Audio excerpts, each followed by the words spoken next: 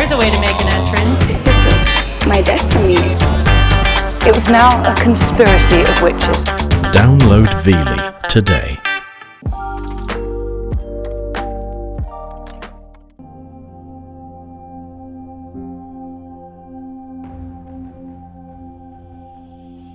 Happy birthday to you. Happy birthday, dear Zadie. Happy birthday to you. Hip hip. Hooray! Hip hip. Hooray! Hip hip. Hooray!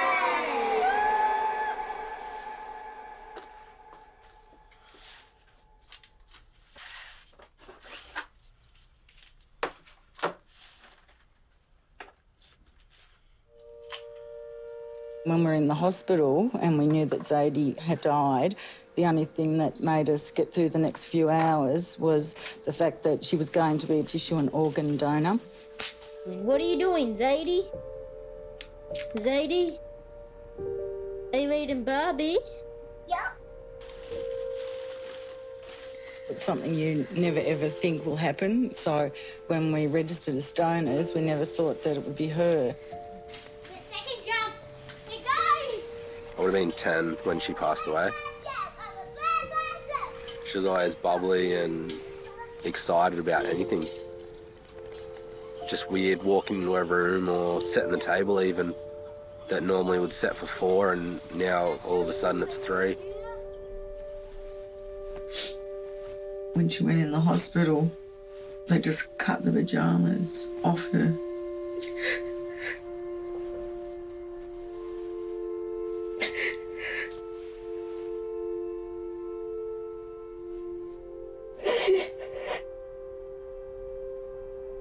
They've got her smell.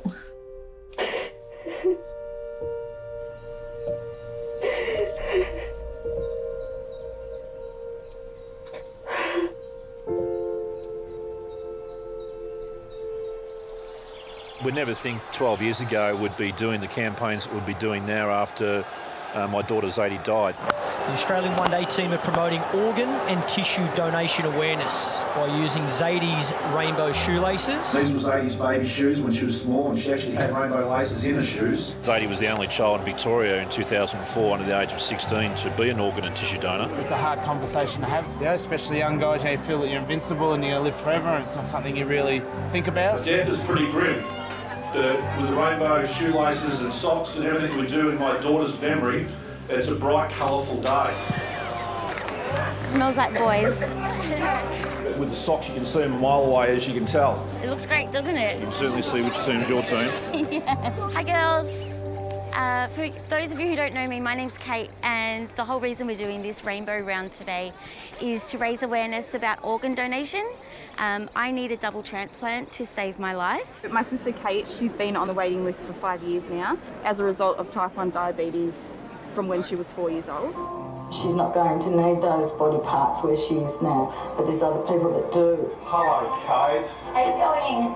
If I don't get my transplant in the next 24 months, I won't be here. More than 150,000 Australians die every year, yet less than 600 donate their organs and tissues. It's one of those things you wake up every day and say, is it my day for a transplant? I am end stage. There's no more stages. I am terminal. There's about a 15% chance of dying on the waiting list. It's really scary.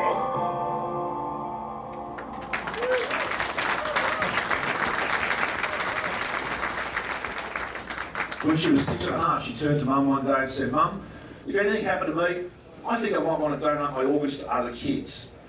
7 months later, she donated both her corneas to 2 4-year-old children that had eye problems since birth. She donated both her kidneys to a middle-aged mum, someone in the 40s that was on dialysis for 6 years. She donated a liver to an 8-year-old girl. She donated a heart valve to a newborn baby that needed open heart surgery. And if Zadie didn't die at that time, that little baby may not have lived. What Zadie gave in death was what we might not ever do when we're alive, and that is save someone else's life. Thanks, guys.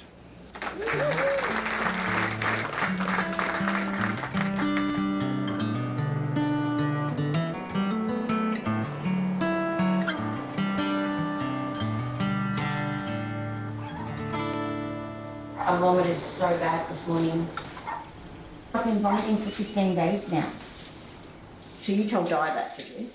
No, I told them, I broke down today. I said, I've had enough. And I said to them, I'm at a point now where I want to say, don't even do the dialysis and just let me go. I'm over it. I'm dead That's set not over even it. up for consideration. So Mum, I know you've got to let me vent and say these things. Yeah, I know, but I just don't like to hear it, that's all. Yep. Well, I'll just go talk to the tree. I used to be so optimistic, and it's really hard because I always put on this act that I'm okay with everything. I know you've got a vent and everything. It's very hard to hear you say those words, that's all. Mum, it's been 5 years. There comes a point where you have to go quality over quantity, and there comes a point where you go, I've had enough. I know you've had enough, but you've got to keep fighting. You've just got to. For who? Who am I fighting for now? You. No, I'm not. I'm telling you now, I'm not. Today was a bad day. I feel like I'm at breaking point, and I'm only fighting because I don't want to be a coward and let them down. I'm honestly not fighting for me. I haven't been fighting for me for about 18 months.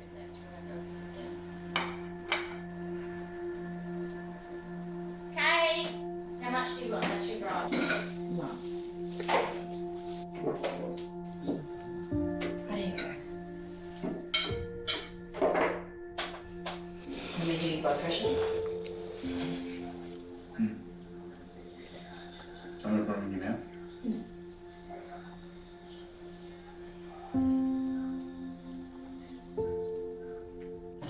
Yeah.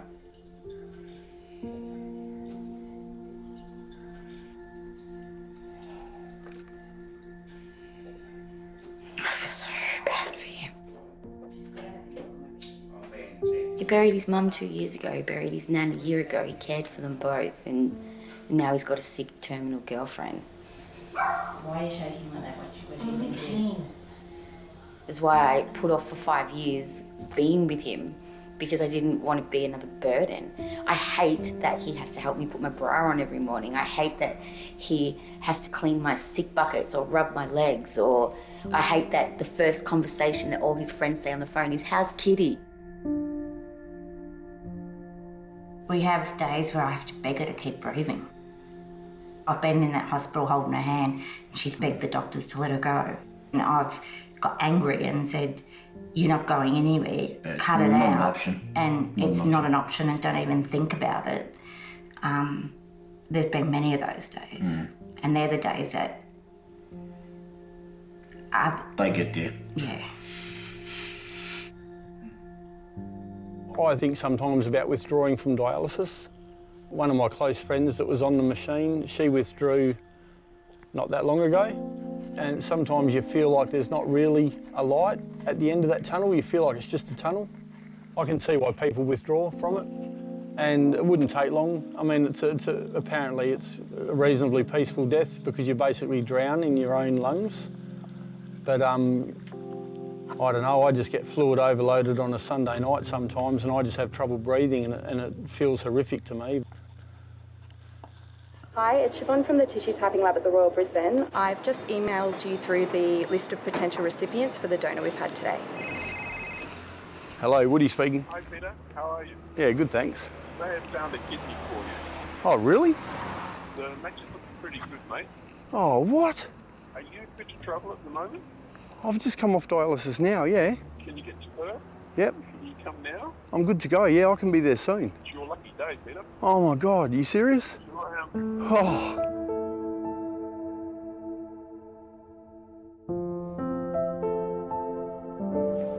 So it's going to be a bit of a roller coaster ride for the next few weeks. Doing it for a third time's quite a complex business. So we're not expecting it's going to work straight away. Okay. Often happens when the kidneys have to be stored and shipped a long distance. Only about 1/3 of them are going to work straight away. So it's likely you might have to stay on some dialysis. Yeah, oh, fingers crossed, eh?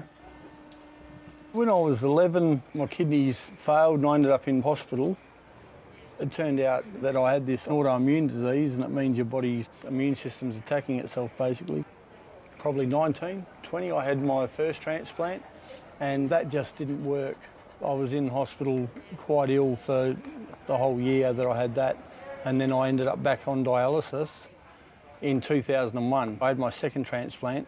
Never worked really properly, but it kept me off the machine for around about 10 years, and in that time, you know, I met a girl and had a relationship, and I got to be a bit normal there for a little while. So the surgeon will be in later to have a look at your belly and try and decide where he wants to put the kidney, and we wait. The kidney's due to arrive from Brisbane about 9:30. Okay. Yeah, how long ago you have your renal transplant done before? My first one was about 28 years ago. All right. Because I've already had two, I've got antibodies. Everybody has their own antibodies in their system, but I've got the antibodies of myself and 2 other kidneys. So it's going to be a bit of a harder match. And my doctor said I've only got really like a 1 in 5 chance of living past 12 months. Hello, sweetie. How are you? Can I go and stay here, Mama? Hello, mate. Can I go and stay here? Hey, Noah. Hello, little man. When should we take her? My day's been great, thanks. But I've been getting so tired, I'm barely able to keep my eyes open. Oh, thank you. Good night, darling. Thank you. Love you too, darling. Thank you for everything. See ya. Bye. Just beautiful. I might see him grow up to be the age that Cara is now. You know, to think that I might see him go through school and go through high school and friends and camping and all that kind of thing. I never thought I'd see that, you know.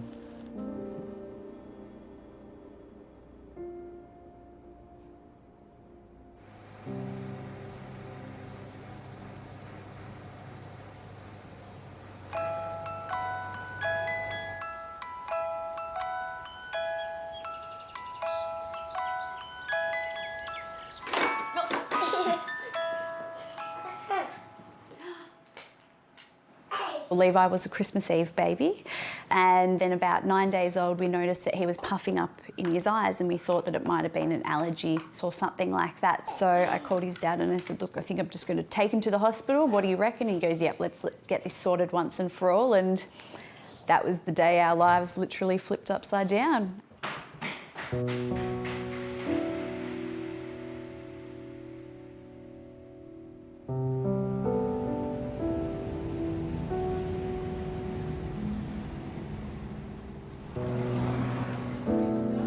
Levi is now 17 months old, and we've been coming to Monash Children's for 16 months straight. He comes in for regular infusions at least twice a week. His kidneys don't keep protein within the blood, so he urinates it out. So now he has regular infusions to bring the fluid back into the bloodstream. Next Monday, he will actually be having his first major surgery, which will be where they remove a kidney. What about the blue one? This is the first big step towards the transplant, so it's really, it's just, yeah, really scary. G'day, I'm Bill Mully. Nice to meet you, I'm Alice. How are you going? Have a seat. Thank you. All right, how are things going? Yeah, not too bad. Yeah, you've just seen the surgeon. Yes. Levi needs to grow a bit more. There's enough room for the kidney to go in, but it'll be pushing it. So he's going to have a kidney taken out soon? Yeah. So did he also have a look at you from a surgical point of view? No, he just asked us which one's donating, and we kind of just went, well... Are you a smoker? Yes. And are you a smoker? No. Currently smoking? Yes. And do you drink alcohol? No. None. None. So one of the non-negotiables Is for quitting. our unit is quitting smoking to be a donor, and that's... Have you ever had problems with blood pressure? No. You said there were no kidney problems in the family. Anything else that runs in the family? Most of the family's died of old age, so... So with the tissue typing, what they look at essentially is 6 antigens and see whether they match between you and Levi. What is good for Levi about your tissue typing is that your 6, each one match Levi. That's good. So the implications for that are that if you donate to him, then he's unlikely to form antibodies. Then rejection is much less likely than if he gets a kidney from his dad, where he does have differences. So it's good in that way.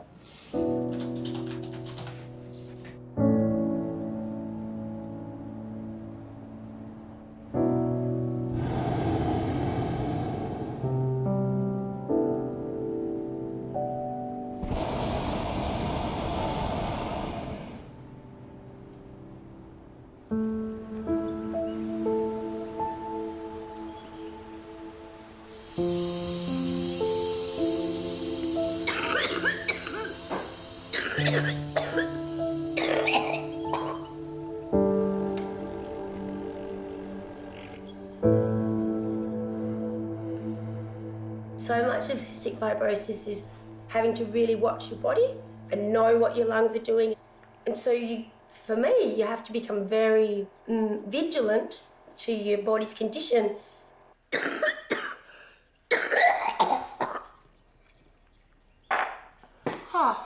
And how easy that is for me to slip over to be really anxious and hypervigilant, and it feels very self-obsessed and very self-absorbed, especially not being able to work now. Christ, it's all about me, and I think, fuck, I must be so boring. You know, all I'm doing is coughing and banging on about coughing, and the coughing or talking about it. Like, shit, it must be so boring. Yeah, but it is boring, actually.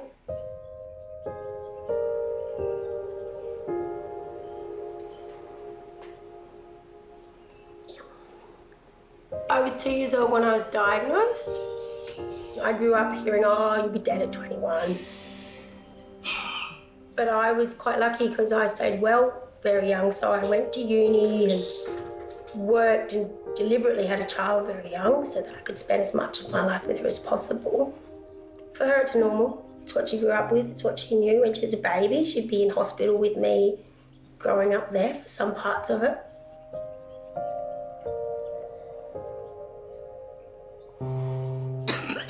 So my lung function has had like a few dips. Well, when I lost about 20% really rapidly, that was really scary, and we thought, that's when we started talking about transplant. Because you list when you've got 50% chance of lasting 2 years, pretty much.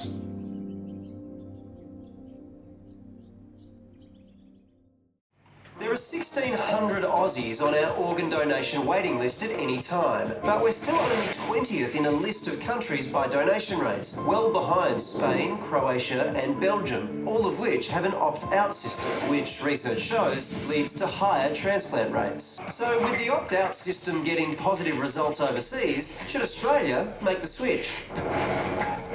Across Victoria, Drive with Tom Elliott. 24-4. Now, I'm not the only one who thinks this, but I honestly believe that with organ donation in this country, we have it round the wrong way. At the moment, if you wish to donate your organs, you have to make that election before you die. It is opt-in. Joining me in the studio now is the father of a little girl called Zadie. Alan Turner, good afternoon. Afternoon, Tom. Obviously, it's a very emotive issue, the whole idea of opt-out versus opt-in. There's a number of issues, Tom. I think firstly, if you look at the leading countries around the world, out of the top 36, 25 of those countries follow the opt-out system. The top 5 countries follow the opt-out system. I think if you're in a situation that you could do something to help improve the donation rate, now this is no silver bullet, but it will allow the conversation to 18 million Australians to have a conversation, do you or don't you want to be an organ and tissue donor? If you don't, sign a form to opt out. Spain is the world leader when it comes to organ and tissue donation. For every million people in Spain, 36 people donate. In Australia, for every million, we get less than 17 people that donate. So half the rate is what Spain does. Ladies and gentlemen, welcome to Barcelona. So we're thinking, let's go out and we look at other countries around the world and look how they are successful in increasing organ and tissue donation. So my name's Charlotte. I'm one of the specialist nurses for organ donation, and I'm based in South Wales in the UK. Prior to me starting my post, I did a dissertation looking at whether the opt-out system could improve our organ donation rates. Organ donation in UK relies on family consent, and sadly there are 3 to 4 patients are dying every day while waiting for a transplant. About 600 patients are dead because of a lack of organ. 27,000 patients are in the waiting list for transplantation. And unfortunately, every day, 10 of them die. We have an opt-out system since 1979. We're an opt-in country. We have an opt-out system, presumed consent. We have now an opt-in system in the Netherlands, and we want to change to an opt-out. You want to change to opt-out? We are an opt-out country. In the U.S., all states have the designation for organ donor available on your license. In Australia, we dropped the tick in the box on the licence many years ago. There's only one state that actually runs that now. We're the second most effective country in the world. Right now, we're at about 29 donors per million population. The most important thing is not when you are asking for the donation. The most important thing is how you face the family from the very beginning of the story. We care for the family.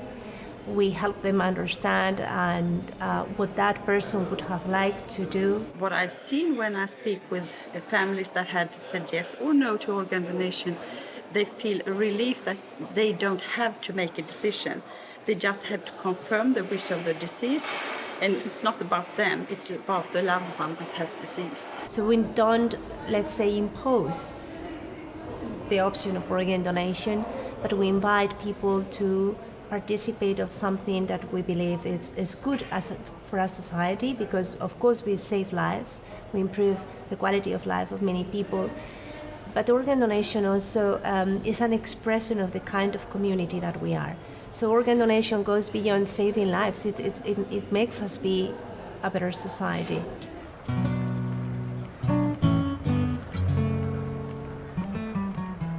I don't think opt-out is a magic bullet, but what it does, it changes the focus on the subject. Everyone says at the end of life, bang, you're an automatic donor, and I'm going to donate to save someone else's life. It's part of the culture, as it is in Spain. So we need to change the system now, so our kids that need transplants another 10 years, get them automatically, we hope.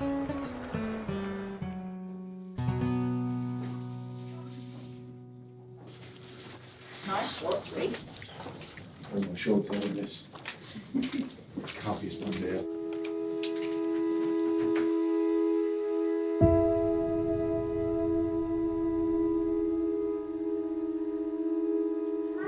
I need to give you a big kiss before I go in, buddy.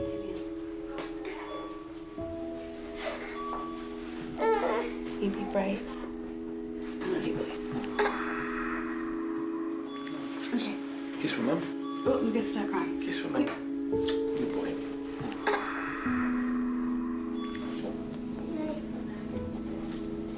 Can you tell me what procedure we're having after that? I'm having a left.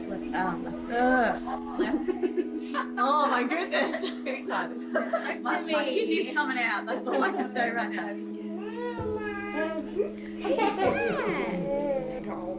What is Nana doing? Is Nana being silly? Yep. I'm donating my kidney to my son today. You pop that off? Yeah, pop it off. 2-year-old kid should not know how to do this stuff. I know. Worst case scenario, just take what you need. Donate to as many people. I know. I'm down.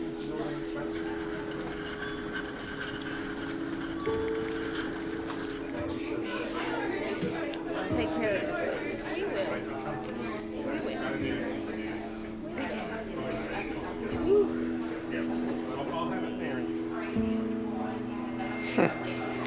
She's given you life twice now, mate.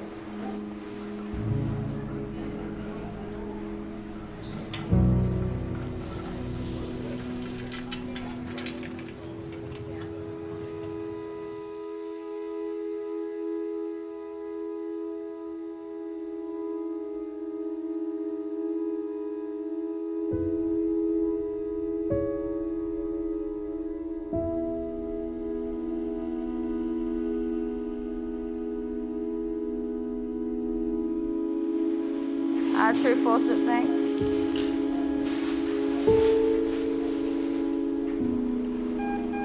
Alright, hold that too.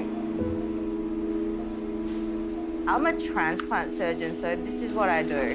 But it surprises you every time. What people do for one another, what friends do for each other, what family members do for each other.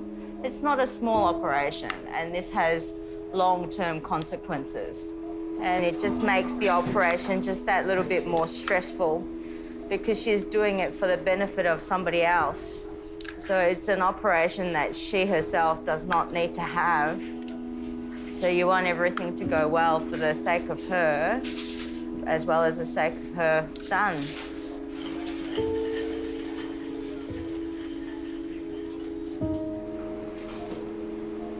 And put the gel port back on, make sure she's okay. It's a nice kidney, that one. That went well. Very happy with that. So hopefully it'll work well in Levi.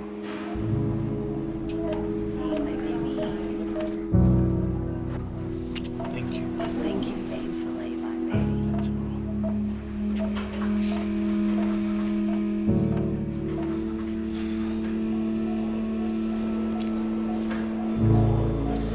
no, I just want to make sure that whatever's coming out of the vein is clear, which it is.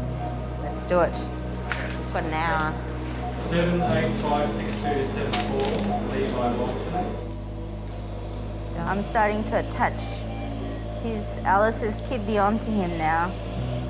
Okay, the arterial clamps, please. So far, so good. That's the kidney in here. And we're about to take the clamps off, which means his blood will go into Alice's kidney. Here we go. Clamps coming off. And you can see the change in colour of the kidney. That looks nice. I think that went well. The kidney looks very nice.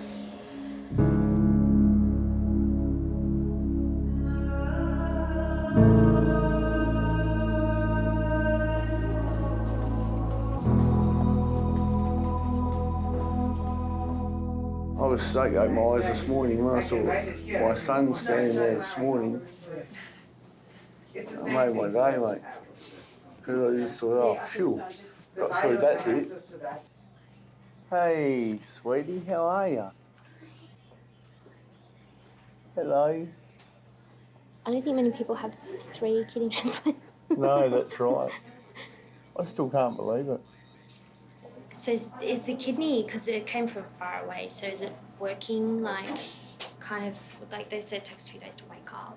I'm putting out, at the moment, I think it's putting out about over 20 mils an hour by itself. It's probably going better at this stage than my others. And, like, it's from Queensland, I know that. Yeah. So I'm going to develop a liking for bananas, which I already do.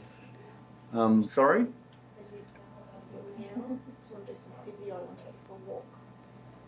Go for a walk. I've only just got out of bed. It's okay. Walk's really important. Where would we be walking to? Because that'd be really important. No, it's terribly exciting. Oh, I thought you were talking about a cafe and a quiet little spot in the corner and an umbrella. I'd love to. Morning. How are you feeling, Peter? Feeling great. Oh, life's good, isn't it? Standing up, pushing up from the bed. Let me know if you're dizzy at all. No, I'm feeling quite good, thanks. I'm not dizzy at all. All right, exciting times. Return to the left.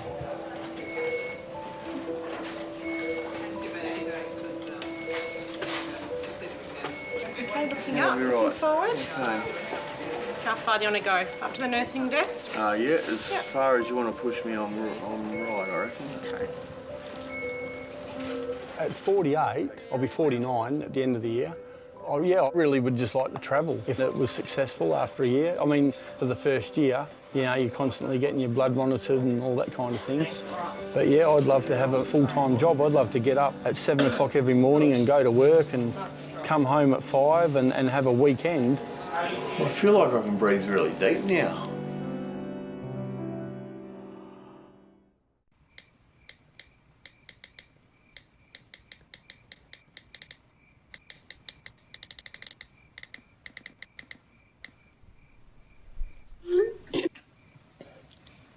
That might be the last throat clearing you ever hear from me. That might be the last cough. Because my lungs are never going to need to cough. Oh my God, I might be able to sing.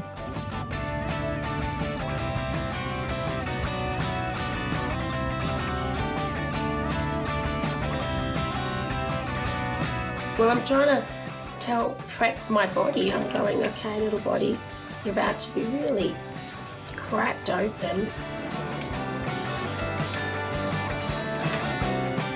Yeah, man, I'm fucking scared. And I just am grateful for these little lungs that have got me so far already. And I guess they'll go in the bin.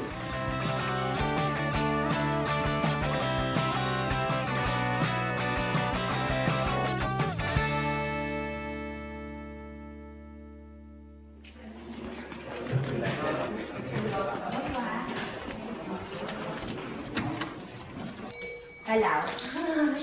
Are you all right? I'm washed. coffee. I haven't seen you for a few days. Oh, Trevor was a war.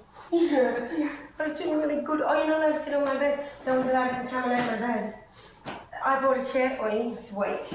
Because now I've got perfect airways, but I'm immunocompromised. So I have to. And everyone's, like the nurses said they've never seen someone before be in hospital and everyone just come along on their bed and kiss them and cuddle them. And I'm like, oh, well, my whole life has been hospital and that's how I've just hoping that it's turned it into home. Yeah. Just come give me a cuddle. Yeah. Give us a deep breath now. Hold there, hold that. Enough. Yeah, cough it on. And again. Not coughing up.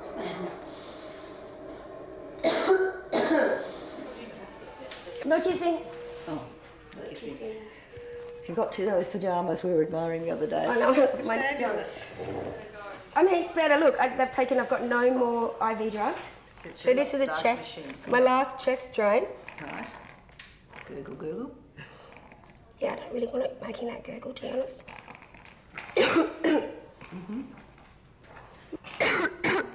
Oh, it's twisted, I think.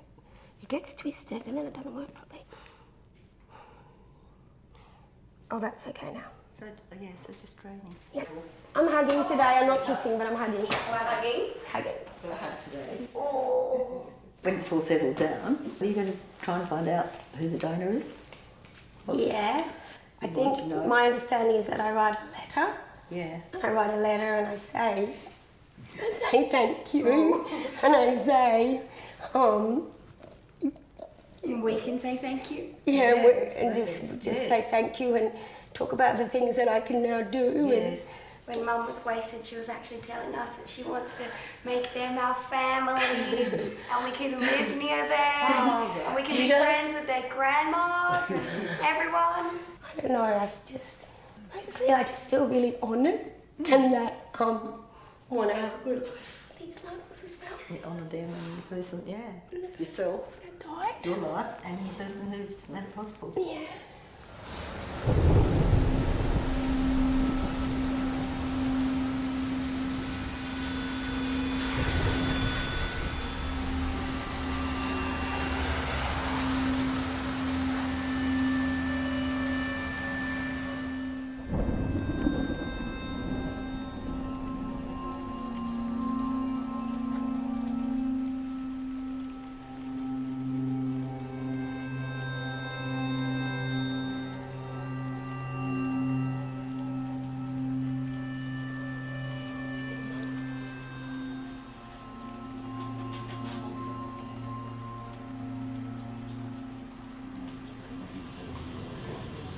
He said the toe, because it's this middle toe, these two toes will go like that, and they won't even notice it sometimes. She'll notice, but a stranger looking at her foot's not going to necessarily notice it as they study her foot.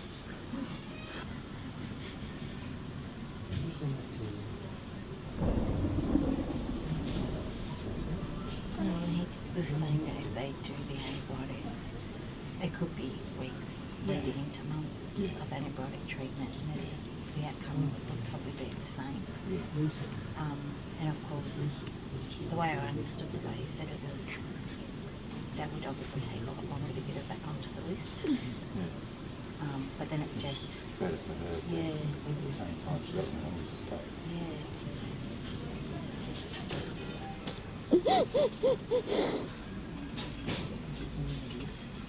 No one wants you to have this done, Kate, but it's very scary how bad it got so quick. So shall I go tell him that I'm ready to see the surgeon? Yeah.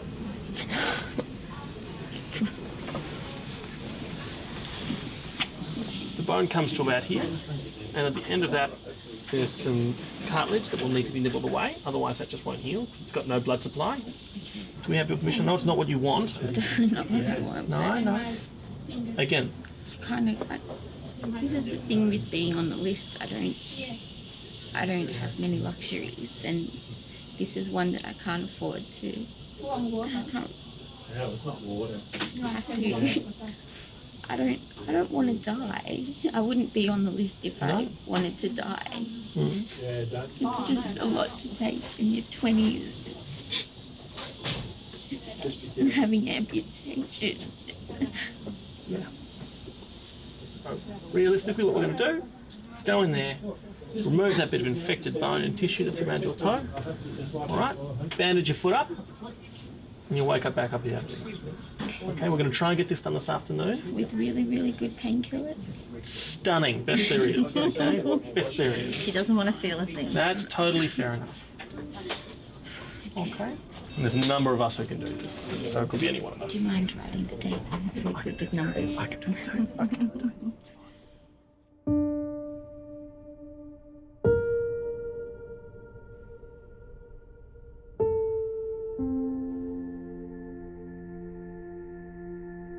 I prayed that it would get better and we wouldn't be here today, but also because I do work in hospital, and what we see generally is, which I don't share with Kate, they start with a toe, then the next toe, and then it's the foot, and it's the leg, and it just sort of keeps going.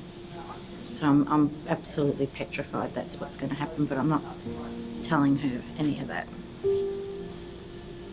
If she'd had the transplant 4 years ago when they put her on the list, we wouldn't be having an amputation today.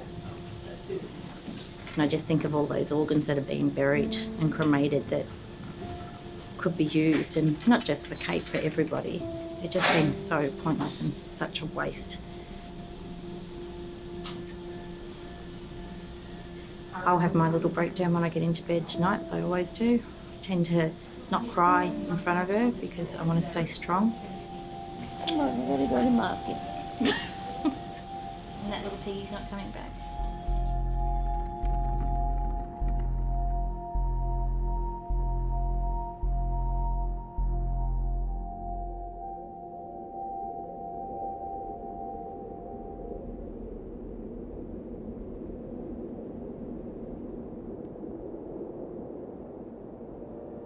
Dear donor family, hi, my name's Holly. I've been wanting to write to you for so long, but I thought I'd wait till now, because tomorrow is 6 months to the day that you made the incredible and beautiful choice to give me your loved one's lungs. I'm so sorry that your family member died. You can only imagine the grief you must feel. I also wanted to say thank you. The biggest, strongest, most amazing thank you. Thank you for allowing me to continue to live, and thank you for allowing my friends and family to keep me around.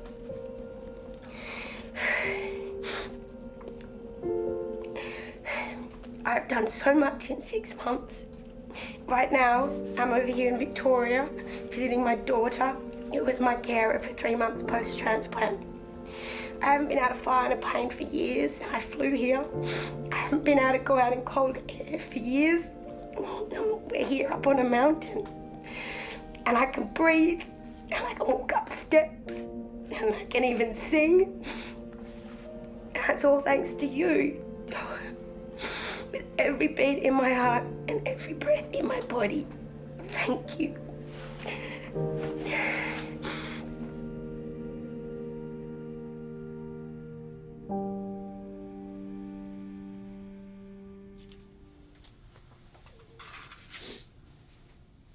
Look at her little hand.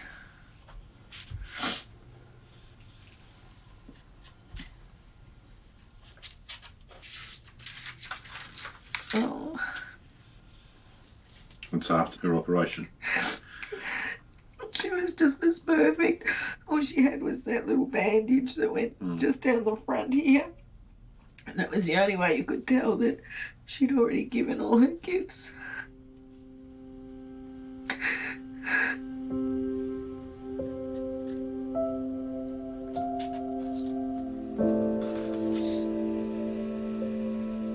Here goes Zadie, the biggest jump ever. She goes! Whoa! Jess! We won't know what she was going to do when she was 18 or 25 or 30.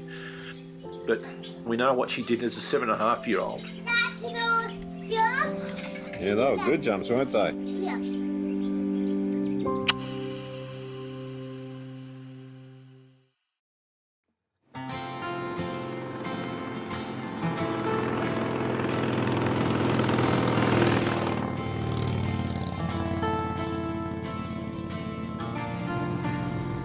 Before the transplant, doing the dialysis 3 days a week meant that you couldn't go away on overnighters because I had to be at dialysis first thing in the morning. Nearly 2 years after the transplant, I'm feeling good, I'm feeling healthy. I've managed to go down and see snow for the first time. I went and climbed Bluff Knoll down in the state south. That's snow, brother. I've also managed to ride across Australia, ride across to Canberra on my bike and see my daughter and my grandkids. I don't even like Yeah, it was just amazing. That's been the biggest change, that free time and not being trapped. Especially because I did it for so much of my life, I reckon. I don't think now I'm back to a normal life. I think now I've got a whole new life.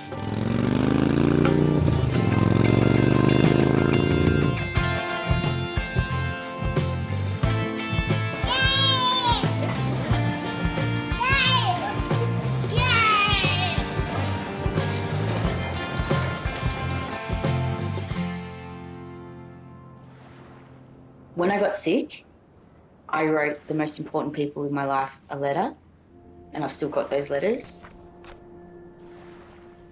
If you are reading this right now, it means that I've been wheeled into surgery because some amazing donor family has decided to make the worst day of their life the best day of their lives for us and has donated their organs, of which I'm about to receive a kidney and a pancreas. I hope for my sake that I do make it out of this surgery, although I am not confident that I will. I want you to know that I have lived a life full of love, I have lived a life full of ambition, and I have lived a life full of goals, all because you told me I could. Hopefully, I'll see you in a couple of hours. If not, it's okay. I had fun. Love, Kate.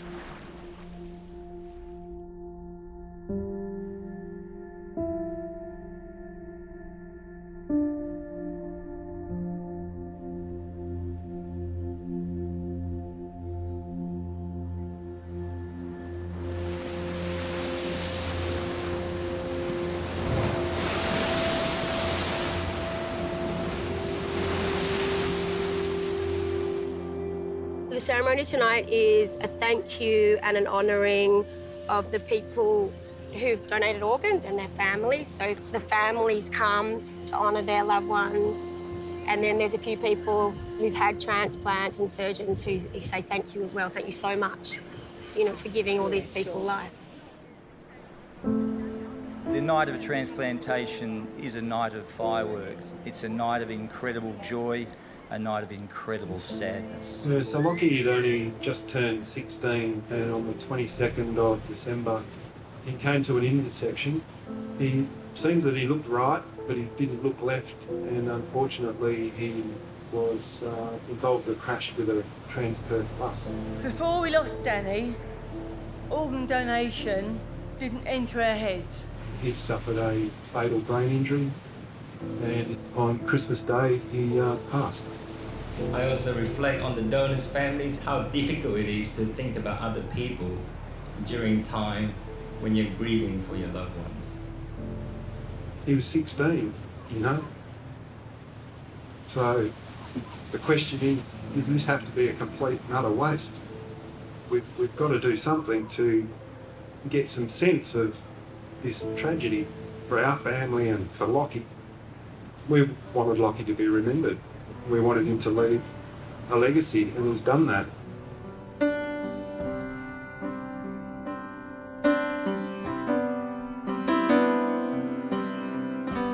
Like a freeze-dried rose, you will never be what you were to me in memory.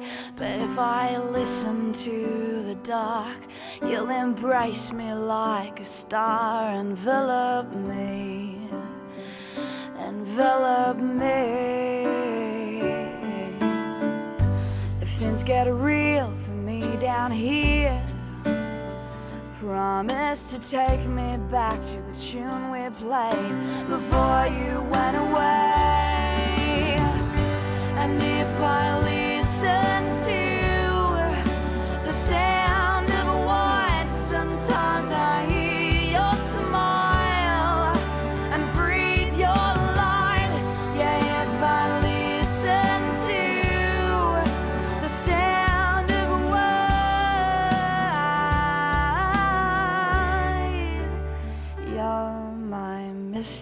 day one mystery.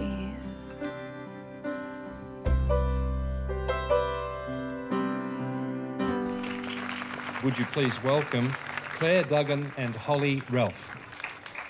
Yeah, I've got cystic fibrosis, which causes respiratory failure as the most common cause of death. And weeks in hospital at a time? Yeah, I'd spend weeks in hospital at a time, and a CF would underpin everything I did, every decision. It's because any plan you make at the drop of the hat would just be over. You're in hospital for a month. Also, still have to logistically plan for not getting a transplant because so many people don't. Like, we had my daughter's 21st when she was 20, just to get it in. And what sort of transplant did you have? I had a double lung a year ago last week. And so actually last night was my lung anniversary party. Hey, there you go. Excellent. Sorry to interrupt. No, absolutely. Thank you for your story. My brother donated 4 organs January last year, and I've been very disconnected with it. But I don't accept that he's gone. He took his own life. So yeah, I don't. It's just I've been found it really hard to connect to that. Yeah, sure. But anyway, it's a process, isn't it? If you just want to chat and that helps you connect, or Yeah, I'm really happy to. So I'll leave you with that. Check out my page. Let me know if you're going to be coming up. Well, somebody's wanted to give you a cake. Said I can't cook. Well, it's really lovely to meet you. Thanks for sharing. My brother Mark. His brother's Mark. It came up nice when you had your transplant. Yeah, February the 26th. I think that was your family. Can I cuddle you?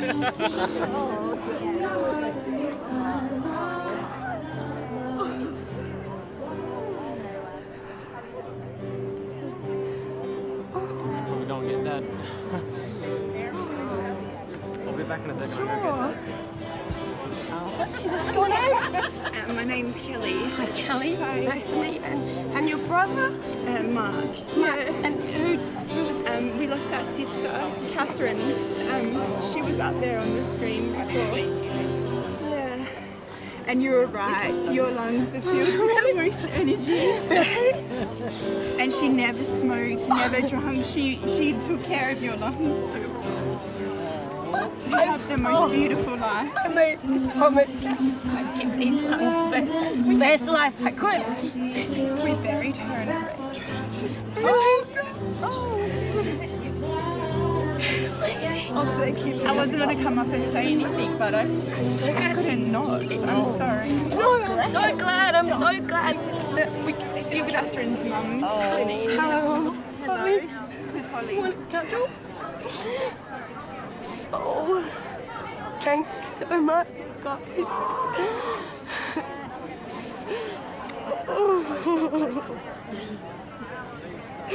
All these little lungs must love you so much. They must realize my mum. They must be so happy.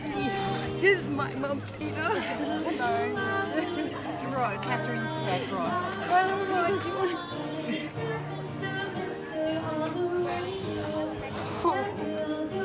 Thank you so much.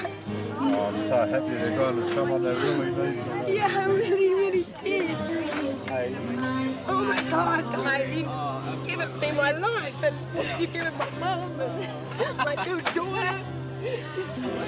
Thank you. Thank you guys. Thank you guys so much. Hey, thank you guys.